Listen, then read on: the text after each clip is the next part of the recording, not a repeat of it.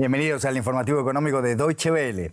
La secretaria del Tesoro de Estados Unidos, Janet Yellen, advirtió a las empresas chinas que no exporten a Rusia productos que el gobierno de Vladimir Putin pueda utilizar en su guerra contra Ucrania. La máxima autoridad financiera de Estados Unidos advirtió a China de consecuencias significativas en el caso contrario.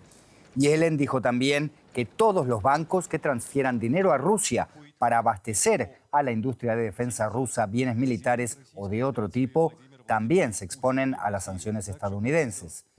Estados Unidos ya puso en marcha una serie de sanciones contra empresas chinas por motivos relacionados con Rusia, además de las que ya estaban en vigor por supuestas violaciones a los derechos humanos y las destinadas a frenar la capacidad de China para fabricar semiconductores avanzados que pondrían a Pekín en ventaja tecnológica, sobre todo en el ámbito militar.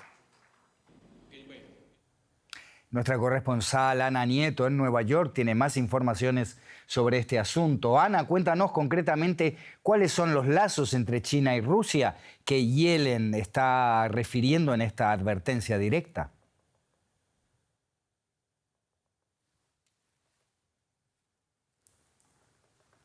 Mientras se iban deshaciendo los que tenía tanto con Estados Unidos como con Europa. El comercio entre estos dos países se ha duplicado con respecto a las cifras del año 2020. Estamos hablando de unas transacciones valoradas el año pasado en 240.000 millones de dólares. Rusia es uno de los 10 socios comerciales de China, de los 10 primeros, y en 2023, de hecho, fue el mayor proveedor de petróleo y de fuel oil por encima de Arabia Saudí. Ya lo fue en el año 2018, lo volvió a ser el año pasado. Lo que le preocupa a Estados Unidos, sobre todo, es que China continúe dando apoyo a la industria militar rusa. Y Yellen ha dicho que habrá consecuencias significativas en un tono, sin embargo, un poquito más conciliador, puesto que estaba allí. La secretaria del Tesoro ha dicho que no quiere que ninguno de estos sea un problema para ambos países, para China y para Estados Unidos, y por eso se va a trabajar juntos para resolverlo. Ana, Yellen dijo también, advirtió, podríamos decir, que la sobreproducción industrial que subsidia a China desestabiliza globalmente, pero Estados Unidos también ayuda a su industria de microprocesadores, una industria estratégica, ¿no? Cuéntanos. Sí, efectivamente, el gobierno de Biden aprobó dos grandes leyes para apoyar con dinero público tanto la transición energética verde como el desarrollo de la industria de los microprocesadores. No se quiere que esta ayuda y que este esfuerzo se descarrile porque lleguen productos muy baratos y muy subsidiados de China. Y hoy se ha hecho público que el gobierno va a conceder 6.600 millones de dólares al primer fabricante de microprocesadores del mundo, la taiwanesa TSMC, para que abra 3 fábricas en Arizona. A eso se le suman otros 5.000 millones de dólares en préstamos. Estados Unidos, dice Biden, ha pasado de ser el productor del 40% de los microprocesadores del mundo a ser el que apenas hace el 10%. Y el gobierno quiere apostar por estas industrias no solamente por motivos económicos, sino también por seguridad nacional. La inversión total que está haciendo TSMC en Arizona es de 65.000 millones de dólares. Ya tiene una fábrica allí y esto sería una expansión más. Ana Nieto, en Nueva York. Gracias por estas informaciones. Hasta cualquier momento. Gracias. El Tribunal Supremo de Brasil ha iniciado investigaciones contra Elon Musk por ataques a la justicia brasileña a través de su plataforma X, conocida antes como Twitter. El juez Alexandre de Moraes, miembro de la máxima corte brasileña, acusa al magnate de instrumentalizar criminalmente la red social. Musk amenazó antes con desobedecer las restricciones impuestas por la justicia brasileña en su lucha contra la desinformación.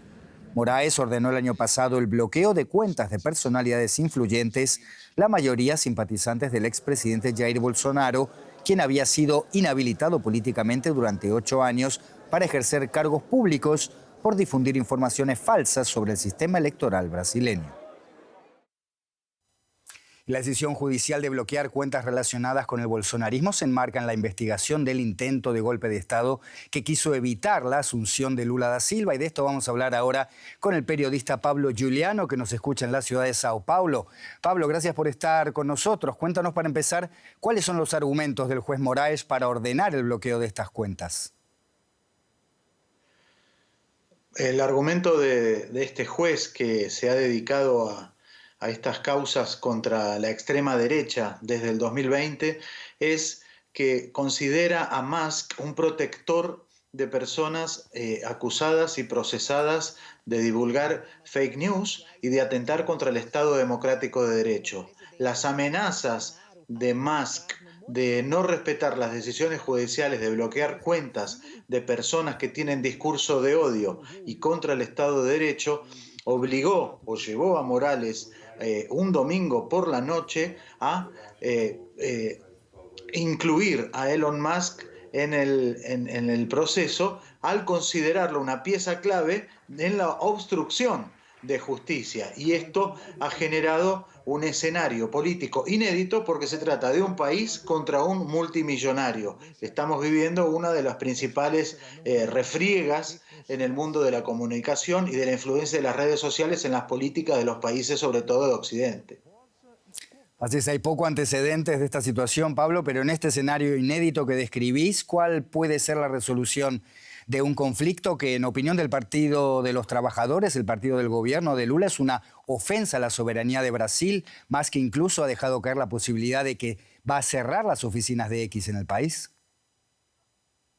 Sí, también Musk ha amenazado con cerrar las oficinas de Twitter en Brasil, y la extrema derecha, que está procesada por el juez Moraes por atentar contra el Estado de Derecho, realmente considera a Musk una de sus principales banderas para poder recuperar el gobierno.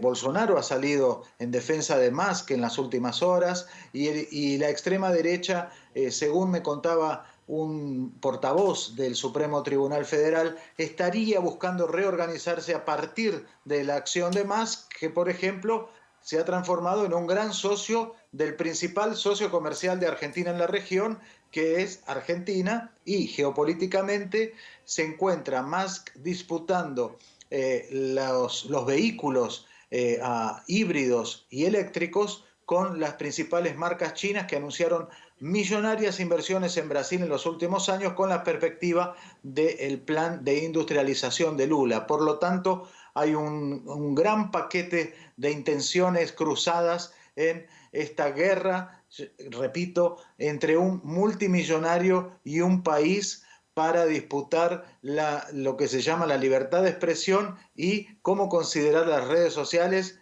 como un objeto de regulación o de desregulación, dependiendo del color político de quien gobierna cada país. Pablo Giuliano, desde Sao Paulo, muchas gracias por estas informaciones. Nos vemos la próxima. Hasta luego. España adoptó hace años el modelo portugués de atraer inversiones, facilitando los permisos de residencia a inmigrantes que realicen inversiones inmobiliarias o compren una vivienda. Bueno, finalmente España va a eliminar estas visas doradas para frenar la especulación que sufren numerosas ciudades. Esto anunció el lunes el presidente del gobierno español, Pedro Sánchez. El gobierno de España va a eliminar la concesión de la llamada Golden Visa, que permite acceder al régimen de residencia cuando se invierte más de $500.000 de euros en bienes inmuebles. Esta supresión permitirá luchar contra la inversión especulativa en vivienda, que según el gobierno perjudica a muchos jóvenes y familias que no pueden acceder a una vivienda digna. España quiere eliminar estas llamadas visas doradas y lo vemos en detalle con nuestro compañero en la Bolsa de Frankfurt, José David Navarro. José, estos llamados visados de oro, Golden Visas, se convirtieron en un instrumento después de la crisis financiera para recuperar flujo financiero, pero ahora con la inflación, con graves problemas de vivienda, se han convertido en un problema agregado, ¿verdad? Hola Andrés, ¿qué tal? Sí, además es un patrón que hemos visto en otros países europeos, especialmente en Portugal, donde debido a unos salarios muy bajos en comparación con otros países europeos, el problema de la inflación y un mercado de la vivienda muy tensionado, especialmente en Lisboa. El gobierno ha decidido reformarlo, eliminando la posibilidad de obtener una Golden Visa por inversiones inmobiliarias en ciudades. Como tú adelantabas, este fue un instrumento que se empezó a implantar en Europa después de la crisis financiera, precisamente además en países del sur de Europa, con el objetivo de fomentar la inversión, por ejemplo, en vivienda, lo que ayudó al sector inmobiliario, pero ahora se está convirtiendo en un problema. Además, desde Bruselas, Andrés, han advertido varias veces sobre este asunto, sobre todo porque los países no estaban revisando bien de dónde en realidad procedía ese capital y apuntaban al riesgo del blanqueo de capitales. En lo que respecta al problema que se ha generado en la vivienda, el origen está en que mucho de este capital se invierte en la compra de edificios completos que, Andrés, al final se convierten en hoteles o sobre todo en apartamentos para el alquiler turístico, y eso expulsa a los vecinos del centro de las ciudades. José, hubo también interés del capital latinoamericano, especialmente en Madrid, pero ¿se sabe qué nacionalidades de nuestra región o en general son las que más han recurrido a estos visados para obtener permisos de residencia en España? Sí, hay mucho interés por parte del capital mexicano, colombiano, también del capital venezolano. Normalmente suelen ser, Andrés, perfiles de personas con capital que invierten esos en torno a 500.000 euros en una vivienda o en varias viviendas, sobre todo viviendas de lujo, efectivamente en la ciudad de Madrid, Barcelona, Málaga, y en barrios muy caros. Por ejemplo, en el caso de Madrid, en el barrio de Salamanca, donde, por ejemplo, los alquileres pueden rondar los 16.000 euros, aunque hay que especificar que las nacionalidades que han obtenido la mayor cantidad de estos tipos de visas son sobre todo chinas y después de Rusia. José David Navarro, en la Bolsa de Frankfurt, gracias y buena semana. Hasta aquí llegó la economía. No olvide descargar nuestra aplicación móvil. Le pueden ver estos contenidos y muchos más y dejarnos sus comentarios. Nos vemos la próxima. Gracias por la atención.